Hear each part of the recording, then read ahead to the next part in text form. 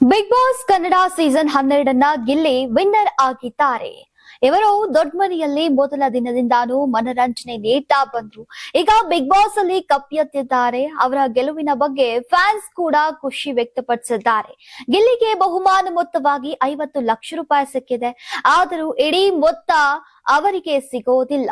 ಇದು ಅಚ್ಚರಿ ಅನ್ಸಿದ್ರು ಕೂಡ ನಿಜ. ಎಸ್, ಬಿಗ್ ಬಾಸ್ ನಲ್ಲಿ ಸ್ಪರ್ಧಿಸಿದ್ರೆ ಸಾಕಷ್ಟು ಜನಪ್ರಿಯತೆ ಸಿಗತ್ತೆ. ಅದರಲ್ಲೂ ಗೆದ್ದವರಿಗೆ 50 ಲಕ್ಷ ರೂಪಾಯಿ ಸಿಗತ್ತೆ.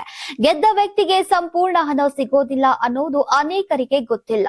ಹೌದು, ಬಿಗ್ ಬಾಸ್ ಪ್ರೈಸ್ ಮೊತ್ತಕ್ಕೆ ಸರ್ಕಾರ ದೊಡ್ಡ ಮೊತ್ತದ ಟ್ಯಾಕ್ಸ್ ಅನ್ನ ಹೇರತ್ತೆ. ಆ ಮೊತ್ತ ಕೇಳಿದ್ರೆ ಯಾರಿಗಾದ್ರೂ ಆಶ್ಚರ್ಯ ಆಗತ್ತೆ. ಮನರಂಜನೆಯ ಕ್ಷೇತ್ರದಲ್ಲಿ ಸಿಗೋ ಬಹುಮಾನ ಮೊತ್ತಕ್ಕೆ ಸರ್ಕಾರ ಬರೋಬ್ಬರಿ 30% ಟ್ಯಾಕ್ಸ್ ಅನ್ನ ವಿಧಿಸುತ್ತೆ. ಬರುವ ಒಟ್ಟು ಹಣದಲ್ಲಿ 30% ಹಣ ಸರ್ಕಾರಕ್ಕೆ ಟ್ಯಾಕ್ಸ್ ರೂಪದಲ್ಲಿ ಹೋಗುತ್ತೆ.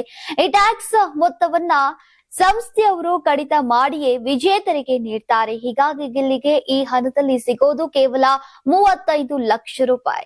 ರಿಯಾಲಿಟಿ ಶೋ, ಲಾಟರಿ ಸ್ಪರ್ಧೆ, ಕಾರ್ಡ್ ಗೇಮ್ ನಲ್ಲಿ ಆಡಿ ಗೆದ್ದಲ್ಲಿ 30% ತೆರಿಗೆ ಪಾವತಿಸಬೇಕು. ಕನಿಷ್ಠ 10,000 ರೂಪಾಯಿನಿಂದ ಈ ತೆರಿಗೆ ಅನ್ವಯ ಆಗತ್ತೆ. ಅಂದ್ರೆ ನೀವು ಮನರಂಜನಾ ಕ್ಷೇತ್ರದಲ್ಲಿ 10,000 ಬಹುಮಾನ ಗೆದ್ರೆ 3,000 ಕಟ್ಟಾಗಿ 7,000 ರೂಪಾಯಿ ಮಾತ್ರ ಕೈ ಸೇರತ್ತೆ. ಇನ್ನು ಕೇವಲ ಗಿಲ್ಲಿ ಮಾತ್ರವಲ್ಲದೆ ರನ್ನರ್ ಅಪ್ ಆದಂತಹ ರಕ್ಷಿತಾ ಅವರು ಕೂಡ ತೆರಿಗೆಯನ್ನ ಪಾವತಿಸಬೇಕು.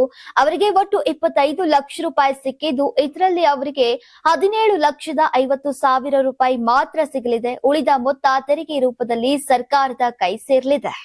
ನೀವು ಸಣ್ಣ ಆಗ್ಬೇಕಲ್ವಾ? ಅದು ಒಂದು ಉತ್ತಮ ಆಹಾರದಿಂದ ಸಣ್ಣ ಆಗ್ಬೇಕಲ್ವಾ? ಪ್ರತಿದಿನ ನಮ್ಮ ಜೀನಿ ಸ್ಲಿಮ್ ನ ಯೂಸ್ ಮಾಡಿ ಯಾವುದೇ ಸೈಡ್ ಎಫೆಕ್ಟ್ ಇಲ್ದಂಗೆ ನೀವು ಸಣ್ಣ ಆಗ್ತೀರಾ.